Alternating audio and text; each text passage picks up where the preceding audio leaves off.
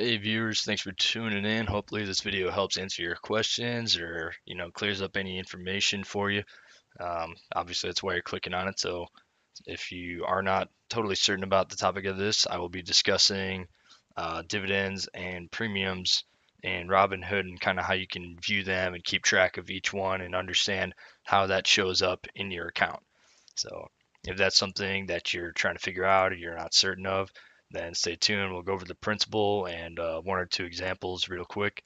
And hopefully this will be a short video. It shouldn't be too complicated as far as just the principles go. So let's just dive right in.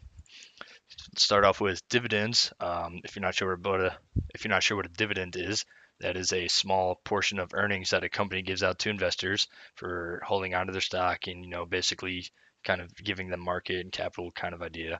It's a fairly common concept for the stock market. But when you are trying to track your dividends in Robinhood, it is sometimes a little difficult to do. So it's highly recommended that keep track of all your transactions on your own. That's just a good recommendation to make sure that everything that they're doing is correctly done. Um, but if you're not really wanting to do that, I have another very very simple solution for tracking dividends alone. I think it's the easiest way. So first thing to do is go look at your dividends. You can go to account, go to your history, and you can see in the filters um, dividends right there. If you're on the app, then there is a similar account tab over there in the settings that I'm sure you've explored. You click on history, then you click that down button to filter it over to dividends, and it'll show you some history of your dividend payments. So we can look at this first one, $4.16 from Universal. Um, that will show up in your account as a cash amount. It does not show up as equity to that stock. It doesn't get reimbursed. It just gets put into your buying power and your portfolio value. It'll just increase by $4.16. So, in a portfolio like mine, $4.16, I'm not going to really be able to notice that in my portfolio value because stocks are changing price all the time. So how are you going to know if you actually got this? The easiest way is to just keep track of your buying power, if you ask me. That doesn't change overnight when you aren't making trades and you're not making deposits. That nothing else changes this when you're not active. So I think the easiest way to keep track of your dividends is to just keep a simple spreadsheet and say, oh, my buying power at the end of today was 791.33. And that was on 12/11/2018, I think today is.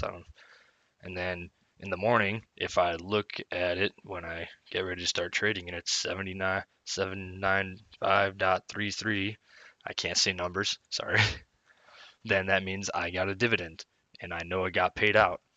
So it's either a dividend or a bank transaction where you deposited money in your account. So you can look up to see if you had some money get deposited. If not, then that means your dividend went through. So just keep a daily log at the end of the day when you're done trading of what your buying power was. And obviously when you do that, take the beginning of it and say you spent $20 or you made $20, lost 10 or something.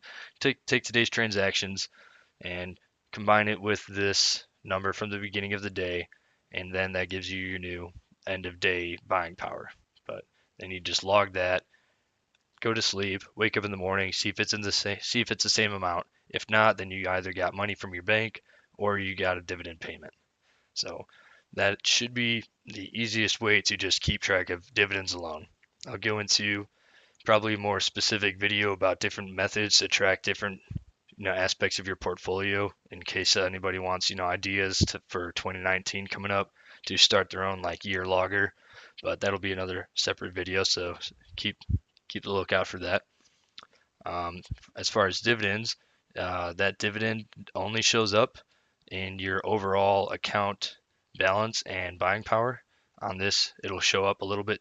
So if you go to the actual stock, UVE, it will not show up on this chart or in your total return or today's return.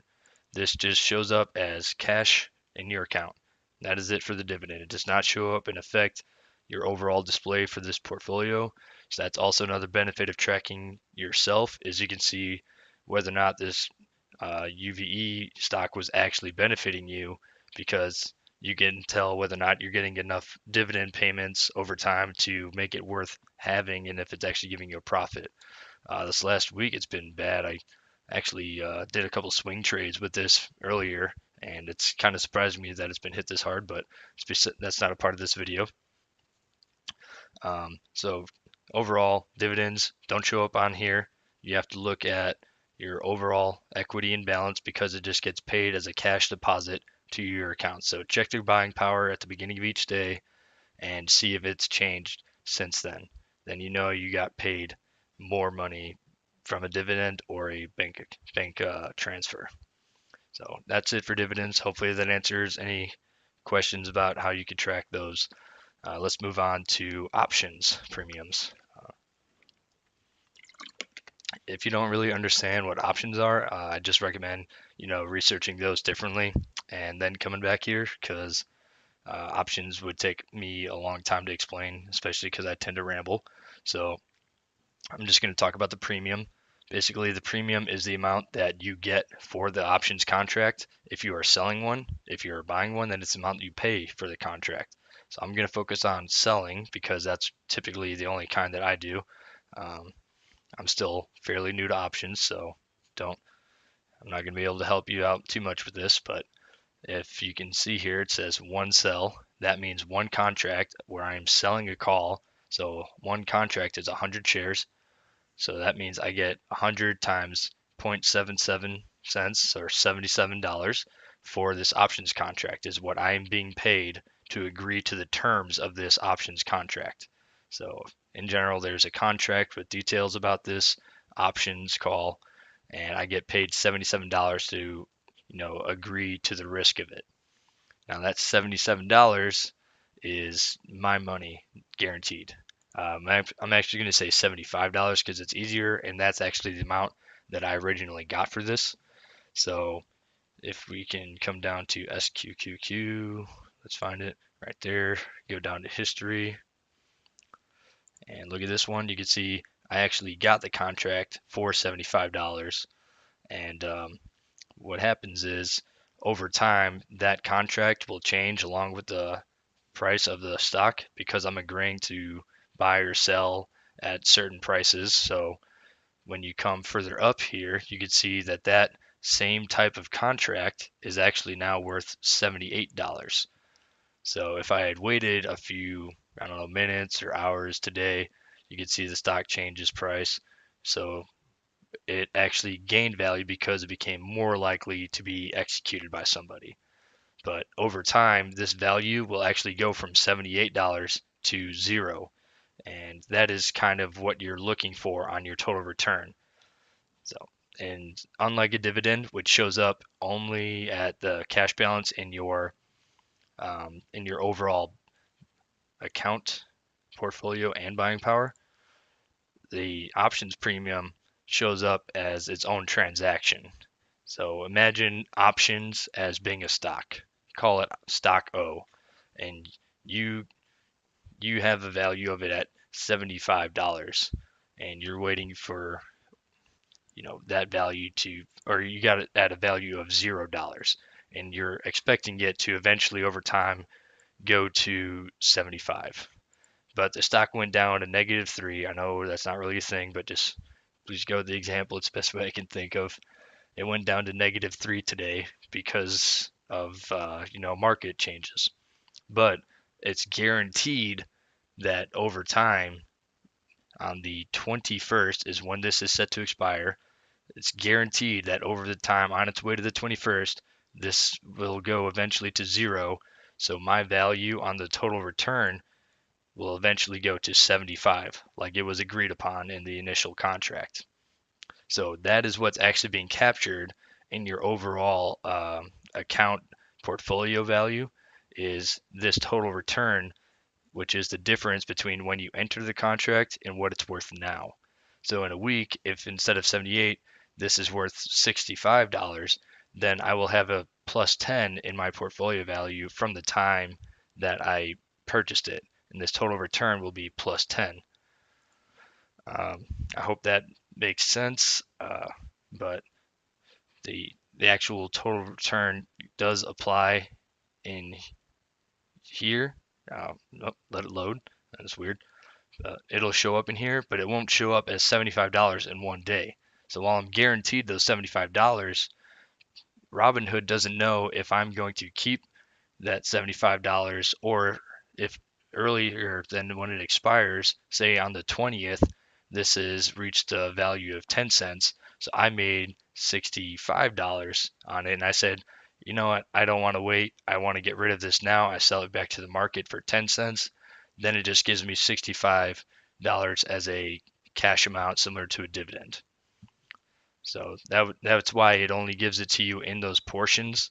It slowly increases it. It doesn't want to tell you you instantly have $75 unless you're actually going to wait until this expires. So again, if you're not familiar with options, then research them so that this makes a little bit more sense. But the premium itself gets recorded in here over time.